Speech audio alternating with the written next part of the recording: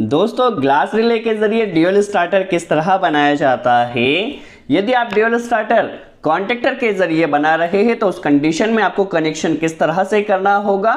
यदि आप dual starter glass relay के जरिए बना रहे हैं तो उस कंडीशन में आपको कनेक्शन किस तरह से करना होगा और किस कंडीशन में हमें ग्लास रिले के जरिए ड्यूल स्टार्टर बनाना होता है, एप्लीकेशन कहां पर होती है, सब कुछ आज के वीडियो में हम समझ लेते हैं। दोस्तों आज के वीडियो में हम जो ग्लास रिले का यूज कर रहे हैं वो 8 पिन ग्लास रिले है। आप देख सकते हैं हमारे पास एक 240 वोल्ट एसी सप्लाई का ग्लास रिले है जो कि 8 पिन ग्लास रिले है।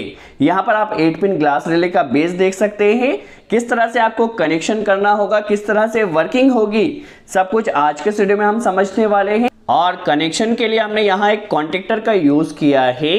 यदि आप कॉन्टेक्टर के जरिए ड्यूल स्टार्टर बनाना चाहते हैं तो किस तरह से कनेक्शन होगा। यदि आपने रिले के जरिए ड्यूल स्टार्टर बनाया और किसी अदर स्टार्टर को ऑपरेट करना चाहते हैं तो किस तरह कनेक्शन होगा वह भी हम समझ लेते हैं। हमने एक stop push button NC element connect किया है, एक स्टार्ट पुश बटन एनो एलिमेंट कनेक्ट किया है। सबसे पहले हम क्या काम करते हैं, रिले का कनेक्शन किस तरह से होता है, रिले में आपको किस तरह से टर्मिनल्स दिए जाते हैं समझ लेते हैं। देखिए हमारे पास 8 पिन ग्लास रिले है। 8 पिन ग्लास रिले में 2 नंबर पॉइंट और 7 नंबर पॉइंट की होता है। ये हमारे पास रिले की कॉइल होता है जिसमें हमें 220 वोल्ट सप्लाई कनेक्ट करना होगी। देखिए आपके पास 220 वोल्ट का रिले तो आप 220 वोल्ट कनेक्ट कीजिए। 24 वोल्ट का रिले है तो आप 24 वोल्ट कनेक्ट कीजिए।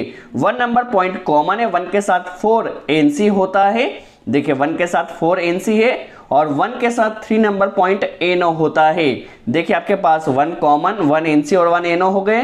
8 नंबर पॉइंट इसमें आपके पास कॉमन होता है। 8 के साथ 5 एनसी होता है और 8 के साथ 6 एनो होता है। ठीक है, अब आपके पास 8 पिन ग्लास रिले हो, चाहे 11 पिन ग्लास रिले हो या 14 पिन ग्लास रिले हो, सभी का आप कनेक्शन इस तरह से रीड कर सकते हैं और इस तरह कनेक्शन कर आप ग्लास रिले के जरिए आसानी से ड्यूल स्टार्टर बना सकते हैं। सबसे पहले यदि आप ड्यूल स्टार्टर कॉन्टेक्टर के जरिए बनाना चाहते हैं तो उस कंडीशन में किस तरह से कनेक्शन होगा समझ लेते हैं।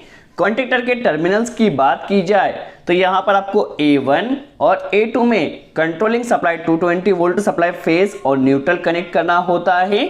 इस कॉन्टेक्टर में आपको ऑक्सिलरी टर्मिनल्स 1 एनो 1 एनसी दिया गया है। ऊपर का टर्मिनल यहाँ पर एनसी दिया गया है। सबसे पहले आपको कॉन्टेक्टर में न्यूट्रल डायरेक्टली कनेक्ट करना होता है तो न्यूट्रल को हम A2 पॉइंट्स पर डायरेक्टली कनेक्ट कर देते हैं। अब फेस की कंट्रोल वायरिंग देखिए, फेस को हमने कनेक्ट किया, लाइन को कनेक्ट किया। इस लाइन को सबसे पहले stop push button NC element में कनेक्ट कर देते हैं। एनसी एलिमेंट का जो आउटपुट रहेगा उसे हम स्टार्ट पुश बटन एनो एलिमेंट में कनेक्ट कर देते हैं। अब जैसे ही इस एनो एलिमेंट को प्रेस किया जाएगा हमारे कॉन्टेक्टर ने ऑपरेट होना चाहिए। तो एनो के आउटपुट से हमने एक कनेक्टर लिया है और इसे कॉन्टेक्टर की A1 कॉइल में कनेक्ट कर देते हैं। जैसे हम स्टार्ट पुश बटन को प्रेस करते हैं, देखिए स्टार्ट पुश बटन को प्रेस किया, हमारा कॉन्टेक्टर ऑपरेट हो रहा है, बट उतने ही टाइम के लिए जितने टाइम के लिए हमने पुश बटन को प्रेस किया है। यदि हमें कॉन्टेक्टर को परमानेंट ऑपरेट करना उसके लिए हमें होल्डिंग कनेक्ट करना होगी। तो एक कनेक्टर हमने कॉन्टेक्टर के A1 पर कनेक्ट किया, वहां से एनो पर कनेक्ट किया है। ठीक है, अब यहाँ पर हमें होल्डिंग सप्लाई देना होगी तो होल्डिंग सप्लाई आप देखिए यहाँ से एनो के इनपुट से भी दे सकते हैं या एनसी के आउटपुट से भी दे सकते हैं। हम यहाँ पर एनो के इनपुट से दे रहे हैं और यहाँ पर इसे एनो में कनेक्ट कर देना है। जैसे ही हमारा कॉन्टेक्टर ऑपरेट होगा तो एनो एनसी हो जाएगा और यहाँ से एनसी के थ्रू सप्लाई हमारी कॉन्टेक्टर की कॉइल में आ जाएगी, जिससे हमारा कॉन्टेक्टर को वहां होल्डिंग मिल जाएगी। चलिए प्रैक्टिकली ऑपरेट कर देख लेते हैं। देखिए स्टार्ट पुश बटन को प्रेस किया, कॉन्टेक्टर स्टार्ट होगा। स्टॉप पुश बटन से हमारा कॉन्टेक्टर स्टॉप हो चुका है। तो इस तरह से आप कॉन्टेक्टर के जरिए ड्यूल स्टार्टर बना सकते हैं। यदि आपको रिले के जरिए ड्यूल स्टार्टर बनाना हो तो किस तरह से कनेक्शन करना होगा समझ लेते हैं। सबसे पहले देखिए आपको 2 एंड 7 नंबर पॉइंट में लाइन और न्यूट्रल कनेक्ट करना है। तो देखिए कॉन्टेक्टर में जो हमने न्यूट्रल डायरेक्टली कनेक्ट किया है इसे हमें रिमूव कर 2 नंबर पॉइंट में न्यूट्रल डायरेक्टली कनेक्ट कर देना है। देखिए न्यूट्रल डायरेक्ट आ चुका है।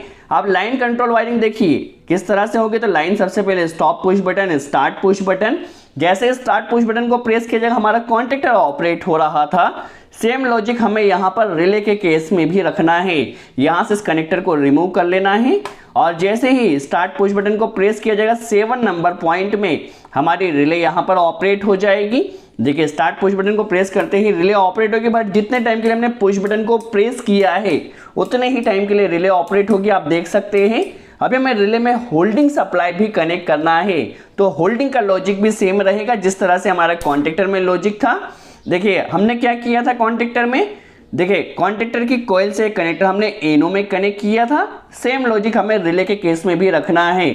देखिए रिले की कॉइल से कनेक्टर हमें कॉमन में कनेक्ट कर देना जो कि 8 नंबर पॉइंट है। तो 7 नंबर पॉइंट रिले में कॉइल है, 7 से एक कनेक्टर हमें 8 में कॉमन में कनेक्ट कर देना है और 8 के साथ 6 नंबर पॉइंट एनो है। ठीक है, ये 6 नंबर पॉइंट है जो कि एनो है। सबसे पहले हमें 7 से 8 में एक कनेक्टर कनेक्ट कर देना है। देखिए 7 से 8 में एक कनेक्टर कनेक्ट कर दिया है। अभी हमारी सप्लाई कॉमन में आ जाएगी। जैसे ही पुश बटन को प्रेस करेंगे तो एनो क्या होगा, एनसी हो जाएगा। अब हमें होल्डिंग सप्लाई जिस तरह से कॉन्टेक्टर में हमने यहाँ पर होल्डिंग सप्लाई एनो में कनेक्ट किया था उसी तरह से रिले के एनो में जो 6 नंबर पॉइंट है वहां पर कनेक्ट कर देना है। तो जिस तरह से हमने ड्यूल स्टार्टर कॉन्टेक्टर के जरिए बनाया था उसी लॉजिक से हमने रिले के साथ ड्यूल स्टार्टर बनाया। ऑपरेट कर देख लेते हैं। देखिए जैसे ही पुश बटन को प्रेस किया जाएगा हमारा रिले एक बार में होल्ड हो रहा है। स्टॉप पुश बटन से स्टॉप, स्टार्ट पुश बटन से स्टार्ट होगा। देखिए इस तरह से हमने रिले के जरिए बनाया। एक बार फिर से आप देखिए, एक बार पुश बटन को प्रेस किया रिले हमारा ऑपरेट होगा। जैसे ही हमने स्टॉप पुश बटन को प्रेस किया रिले स्टॉप हो जाएगा। अब यदि आपको रिले के जरिए किसी कॉन्टेक्टर को या ड्राइव को होल्ड करना हो तो उस कंडीशन में देखिए आपके पास रिले में एक कॉमन, एक एनसी और एक एनो और बचा हुआ है, तो आपको उसका कॉमन में सप्लाई कनेक्ट कर देना है। जैसे ही रिले ऑपरेट हो, आप अगर कॉन्टेक्टर को ऑपरेट करना चाहते हैं तो रिले का एनो यूज कीजिए और रिले के एनो से कॉन्टेक्टर या ड्राइव जिसे भी आपको होल्ड करना हो आप रिले के कॉमन और एनो पॉइंट से कर सकते हैं। अब बात आती है हमें रिले के जरिए ड्यूल स्टार्टर कहां पर बनाना होता है। तो यदि आपको किसी मोटर या किसी हेवी लोड को रन करना होता है तो हम ड्यूल स्टार्टर कॉन्टेक्टर के जरिए बनाते हैं, बट कहीं पर कंट्रोलिंग करना है, चाहे किसी कॉन्टेक्टर को ऑपरेट करना या वीएफडी को ऑपरेट करना है, तो कंट्रोलिंग करने के लिए हम जो ड्यूल स्टार्टर बनाते हैं वो रिले के जरिए बनाते हैं। आई होप आपको कॉन्सेप्ट क्लियर हुआ हो। सो आज के लिए इतना ही।